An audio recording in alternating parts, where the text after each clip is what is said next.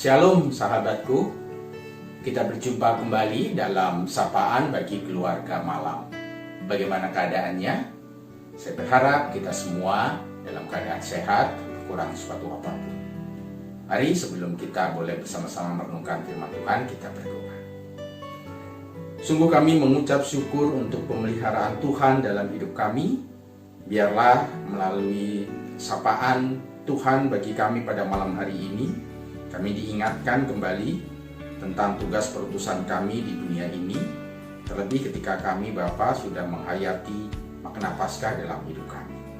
Terima kasih Tuhan, biarlah Roh Kudus-Mu sendiri yang bekerja, menuntun kami. Dalam nama Tuhan Yesus kami berdoa. Amin.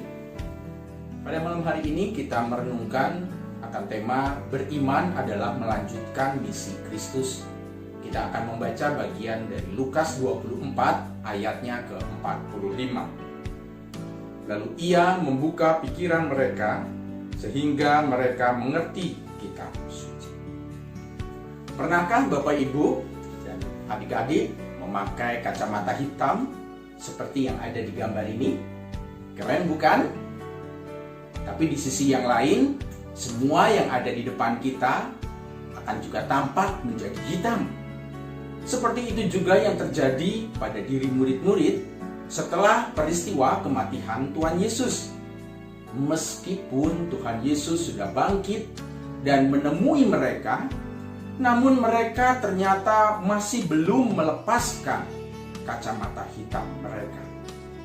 Para murid dirundung oleh kesedihan, ketakutan, dan juga kemuraman. Bagi mereka, semuanya masih tampak gelap. Kenapa ya hal itu bisa terjadi? Karena para murid berharap Tuhan Yesus menjadi Mesias yang penuh kuasa, memiliki kemuliaan, memiliki kejayaan dunia, sama seperti para penguasa dunia yang lain. Kalau Tuhan Yesus benar menjadi Mesias yang berkuasa atas Israel, maka mereka akan mudah percaya dan beriman kepada Tuhan Yesus. Tetapi bila ternyata apa yang mereka harapkan dari Tuhan Yesus untuk menjadi Mesias Israel tidak terpenuhi, maka akan runtuh iman atau percaya mereka. Bahkan peristiwa kebangkitan Tuhan Yesus belumlah cukup untuk menguatkan mereka. Tuhan Yesus merasa perlu membuka pikiran-pikiran para murid. Ia ingin mendidik para murid bahwa iman itu tidak boleh dilandaskan pada pengharapan atas perkara-perkara duniawi yang fana, tetapi kepada misi Tuhan Yesus untuk menghadirkan karya Allah bagi dunia.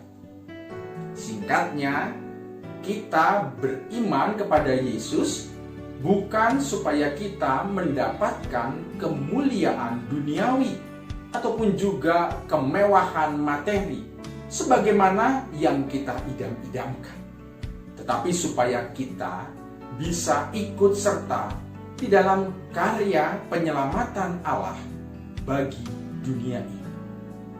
Itu sebabnya Tuhan Yesus mengingatkan pada kita pun bahwa berita tentang pertobatan dan juga pengampunan dosa harus disampaikan kepada segala bangsa.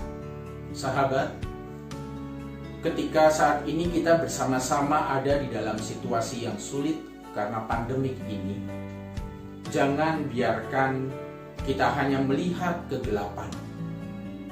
Namun ingatkan bahwa misi Tuhan tidak boleh pernah berhenti.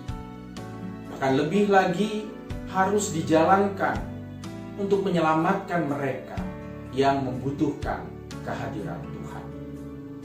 Saat kita sudah membaca kitab suci, marilah kita tidak hanya tahu tentang Alkitab, tetapi biarkan kitab suci itu membuka hati kita, supaya kita tahu bahwa misi kita di dunia adalah menghadirkan kerajaan Allah dengan segala kebaikan. Amin.